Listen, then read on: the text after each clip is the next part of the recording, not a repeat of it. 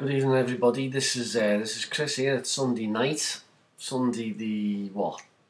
21st, 22nd. I don't even know.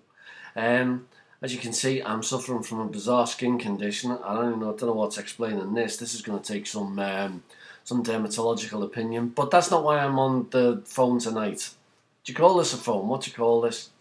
I'm on tonight to discuss some of the issues which have cropped up out of the latest thing which I've put on for you, the anatomy.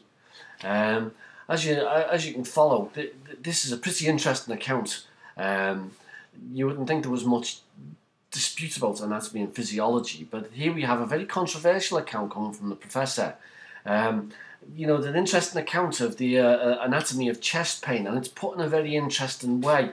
But I want you to think of some of the implications of what it is that Dave's saying, because they are quite profound.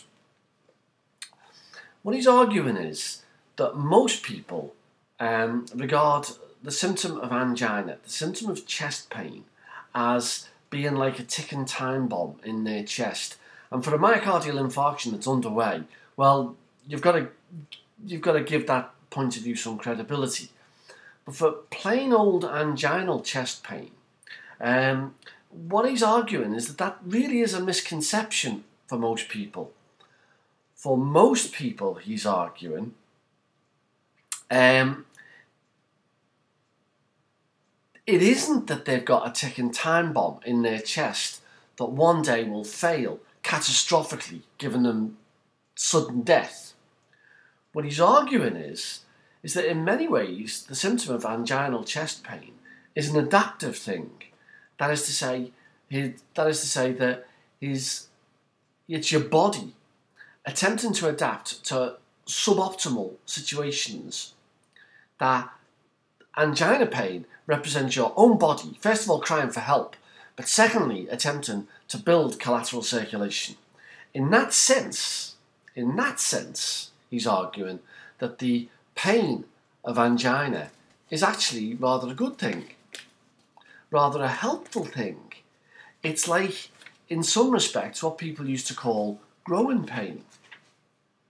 Now, this is a very. I tried to say at the outset of this discussion that this is a sort of a maverick opinion.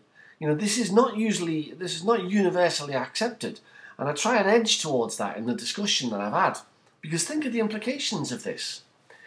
If you believe that pain, anginal pain, is adaptive, and it's a way that your heart is attempting to meet suboptimal conditions, then the question has to be asked, would you risk your life attempting to get rid of that pain? If interventional procedures, coronary artery bypass grafting for instance, carry with them a measurable risk of dying, then if you thought the pain was a good thing, why would you undergo that risk to get rid of it? Can you see why, given all of this, that the view of the refractory angina centre is not universally accepted among cardiologists?